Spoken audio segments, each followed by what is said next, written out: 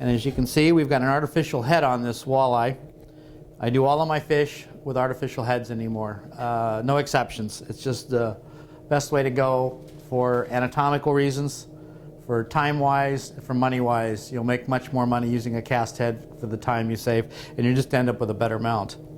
You can see we've got the head finished off real nice. We've got the markings, the scale detail put back into our epoxy.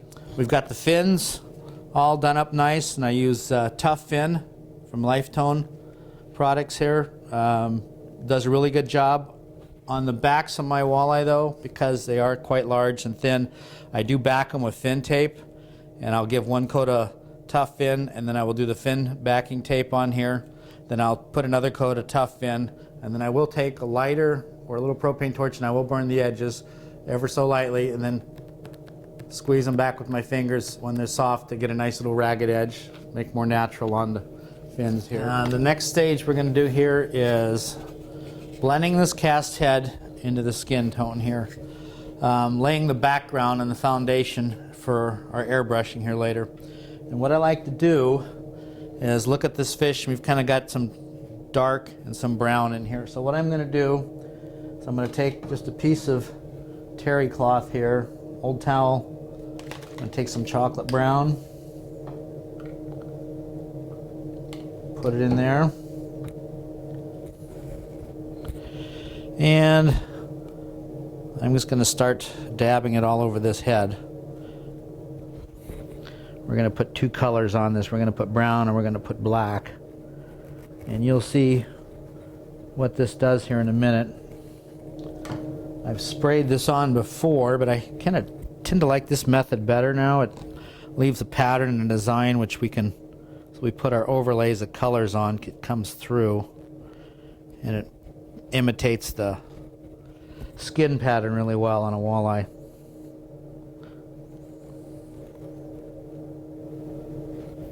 Put this black over with the brown here.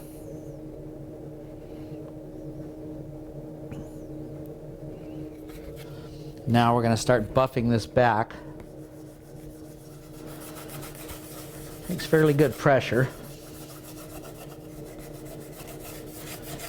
This is going to start giving a shadow effect here, and as you can see, we're starting to get close to the matching the skin here, the markings. What we're going to be doing is replicating the vertical bandings on the walleye, also ever so lightly here. We're not going to overdo it, and it's going to look overdone when we finish this up, but through the stages of blending and different layers, we're going to tone it down here. So I'm going to start off with a paintbrush here, kind of a stiff, like plumber's brush. I'm going to do some larger markings, and then I'll work down to some finer markings with a piece of terry cloth balled up on a hemostat clamp here. So what I'm going to do first is dip my brush in some black, and I'm going to take it and I'm going to start working along the back here and mimicking some of the original markings on here. We're going to do the whole back area here first, and then we're going to bring down the banding on it. And then what I'm going to do now is just kind of visually I'm just going to start making a few bandings here, making outlines. I'm not going to worry about getting too fancy. I'm just making some guidelines here where we're going to go with it. How long does it take you to mount a walleye from start to finish? I mean, on a fish like this with a cast head, to get him to this stage here, I probably have 2 hours and 15 minutes at the most, and that's it. With a cast head, I cut the time in half from what a normal walleye would be. What I'm going to do now is put some scale tipping on this fish. It's quick, it's simple. I do every commercial fish with scale tipping. And these are those Shiva paint sticks. I'm going to use antique gold on this one, on the back, and you just reactivate them each time. Just take a thin slice off the top because they dry up. And I hold them in my right hand, just run my finger over the top, and it picks up the color really, really nice.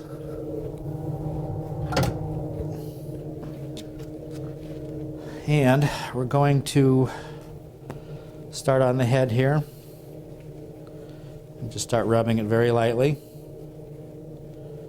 You can see how that gold just catches the tips of the scales on this cast head. Got really nice scale detail on this head I cast up. This is going to be another effect for layering here and blending. We're going to put it on fairly heavy on the back here. It's going to hide a lot of our green. It's going to hide a lot of the markings, but it's going to have a good purpose here. You'll see at the end. You just can't spray one color out of a bottle and get the color you want. That just doesn't exist. You got to learn to blend your paints, put layers on them, go back with the same paint again, maybe in a different stage, put another layer on. Replicating the vermiculations, the marks on the side of the head here and on the side. And you can put them on with an airbrush, the match on the head here, but I've come up with something a little different here. For each head, I've been making a template, and I carve it out of acetate. I'm going to get out my color I call my spot color, and this is kind of a creamy yellow-white, super hide white with yellow ochre mixed into it, and it's a kind of an off cream color here. Okay, I'm going to place my pattern so. I'll line it up. I use my fingers to get a good fit on here. And I'll show you. We just take it and just shoot right across there. And see, we get a nice pattern right on the maxillary there. And we'll lay it on and line it up, do our cheek. It's another nice thing of not having the eye here. We don't have to deal with that.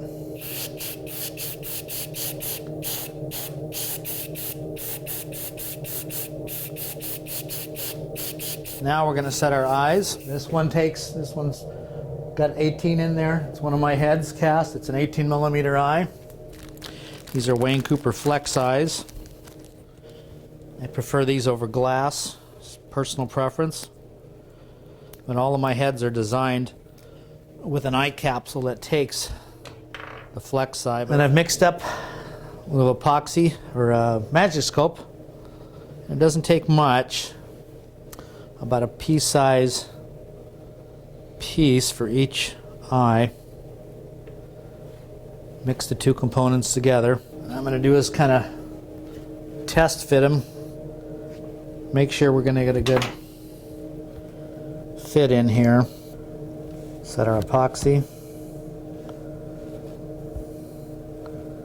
Press the eye in.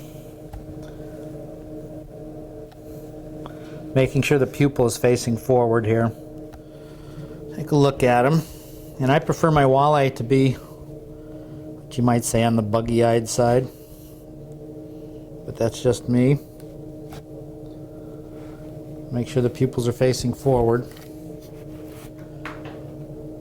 We're going to be blending in this white band with an airbrush here though. We're going to set the teeth in here next, and I like to do that like we're doing last. No overspray, nice clear transparent teeth. And I'm going to mix up a mixture of Cabasol powder and fiberglass resin. I keep it all pre-mixed right here.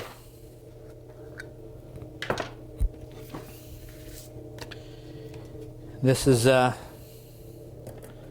Cabasol powder. You can buy anywhere. It's a thickening agent. I keep it in a can. I mix it with fiberglass resin, and when it's making into a pudding, and I keep it in a little baby food jar. Scoop out what I need for the occasion, and I'm going to catalyze it. And I'm going to use a little bit of white cream hardener first on the side here. And then I'm going to make a little catch here, and we're going to put some MEKP hardener. That's for your regular fiberglass hardener. Okay, we got our tooth mixture going. We take a toothpick and dab some on the end. And I start with the rows inside first. Pulling them and gently pulling them out. You can see where the teeth roots are when I cast these. There's some large roots of teeth that you can use as guidelines here.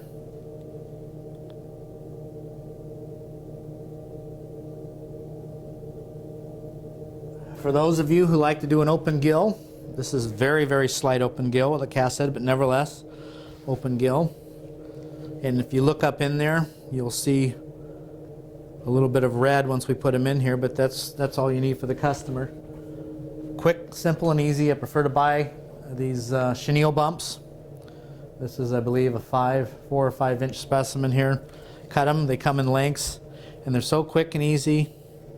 I take them, slide them in,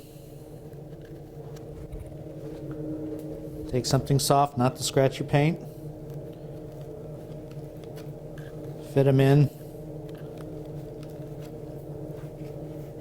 adjust them to the depth you like so they can just look in there and see them. We've got a pretty good shine on this fish after 3 coats, and for a lot of people that's enough. But if you'd like to go the extra mile, I use a brush-on gloss. From this point on, I'll set my fish up on a painting stand, and I will use Envirotex Light.